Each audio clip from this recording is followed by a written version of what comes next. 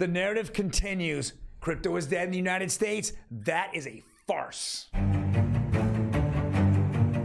That article, and guess what's becoming activated? Yes, those old Bitcoin Nakamoto era, as well as the beginning of the ICO for Ethereum. All those addresses are waking up because I think it's the same people who own both of them, and they know exactly who and what is happening there.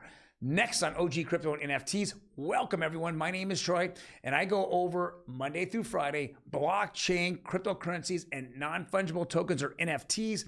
I'm gonna give you the latest news on them and tell you what I really feel about them. Yes, you can call me old, ugly, and maybe stupid, but I'm surely have some of the best content out there. Let's jump right into it. Crypto is dead in America, says longtime Bitcoin bull Chamath, and I won't hack his last name, Chamath P. Now he has an all-in podcast that I listen to. It shoots out every Friday. I think they actually do it on Thursdays, and it comes out every Friday. And it's very interesting. They talk about a lot of the macro going on in the news, but this guy, as well as his three other buddies on the All In podcast, I think that, you know, they've been kind of on the Bitcoin and the Ethereum type of narrative. And so anything that happens with those two cryptos, then they all jump in and they have to say what they have to say. But here in this article, he then again points to Gary Gensler and how much he is just hurting the industry and the innovation here in the United States. We know that we reported last week that it looks like Europe is going forward. The EU is going forward with crypto regulations, but we were stuck here listening to Gary Gensler act as if he was a guilty participant in a murder scene, right? Because he just didn't want to answer any question. He just had his bullshit, same old line. But I'll tell you what I do like about Chamath is that I think I'm getting mostly the truth, but what I don't like about him, he is in the pump and dump realm all day long.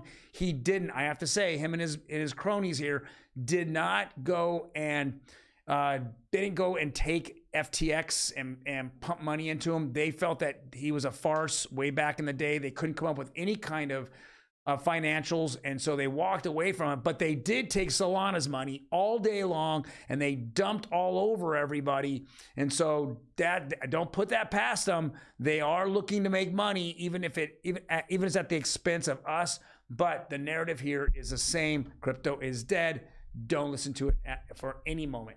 All right, next, this is from Watcher Guru. This is interesting. Like we reported last week, several different older Bitcoin wallets, they call them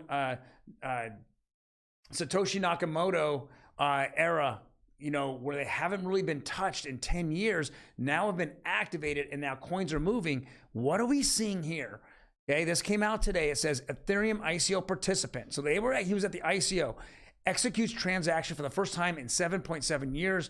The ICO price was 31 cents. So his $733 went from the ICO of 31 cents to 4.36 million in 2,825 days.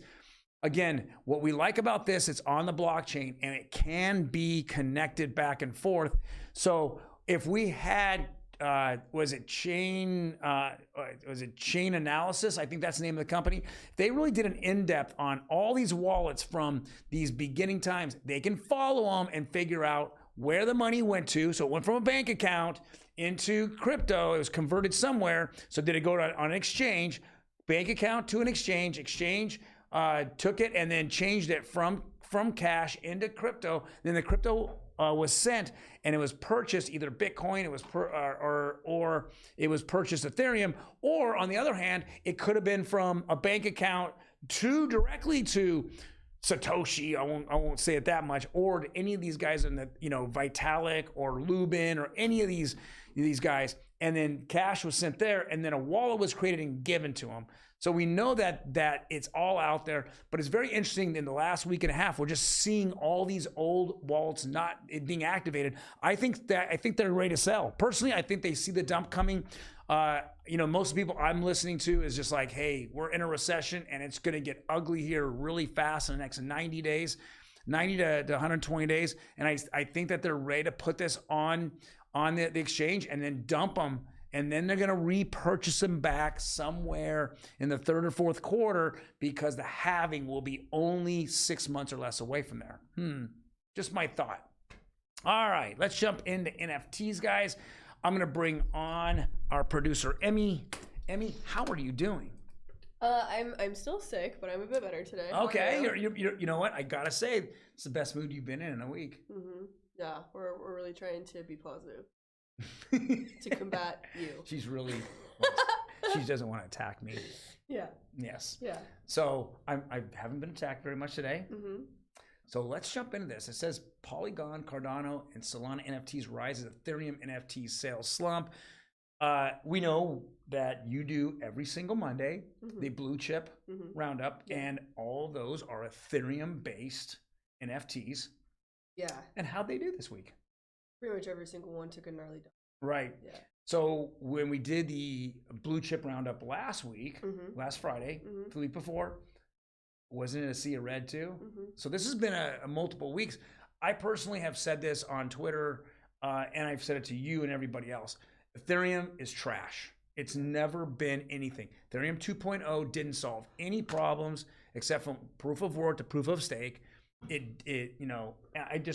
went on and I had a friend of mine say, hey, I'm kind of hurting a little bit. Can you buy an NFT or something? And I said, okay, I'll buy it. Boom, over $15 for gas fees alone. Ridiculous. It's ridiculous. So you start looking at it and going, this is just trash, right? Who wants to pay $15? I mean, look at Polygon, 2 cents. Cardano, 3 cents. Solana, it's down again.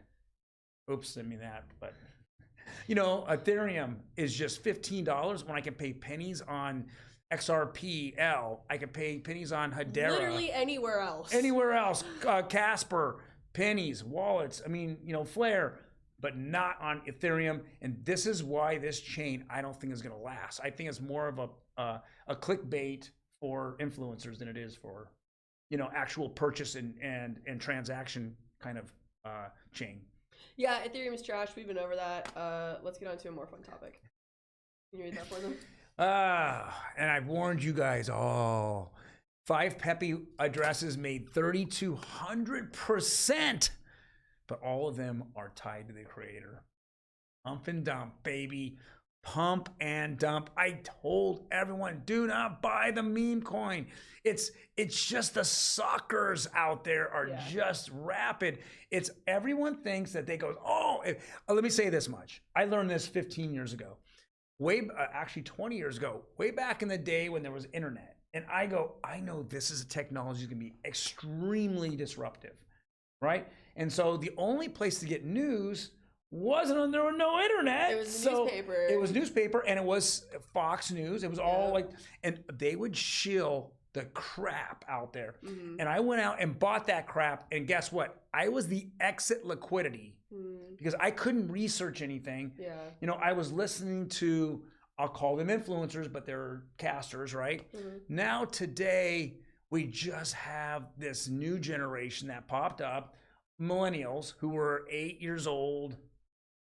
Me? Yeah, 8, 9, 10 years old. So they didn't go through this, and now they just go back and they go, well, how do I make $1 million in 1 hour or 2 days or a week or whatever? And they just get attracted right to meme coins like Doge and Shiba Inu and now Pepe. I'm like, come on. I think what it is people see like what happened with Bitcoin, and in their mind they want to pretend that if they jump on these stupid meme coins, they have the potential of making, the way that Bitcoin skyrocketed. I think in their little teeny tiny non-educated investor brains, that's what they're thinking.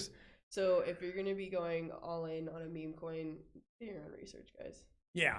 I mean, and do real research. Real research. This coin came out last week, and now we already have 5 addresses that dumped all over you. I'm sure he has a hell of a lot more, and unfortunately, he didn't think the blockchain was going to be that transparent to him. Or maybe he didn't think people would be looking at the details, but it's 2023. Everybody got receipts. Everyone got receipts. All right, now this is what I really want to talk about. This is the whole point of today's show. So wow. There is a company called. I'm a really, really, really, really big fan of. I think they're freaking rad. And they have their own NFT collection called Murderhead Death Club.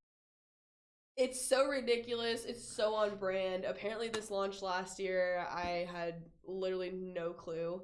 And I just happened to see something about it on their website the other week, and I had to talk to you guys about it. They do have a utility, so the more of them, here, let me get this. The more of them that you have, so if you just have one, you get like 10% off purchases. If you have more than 10, you get 20% off purchases.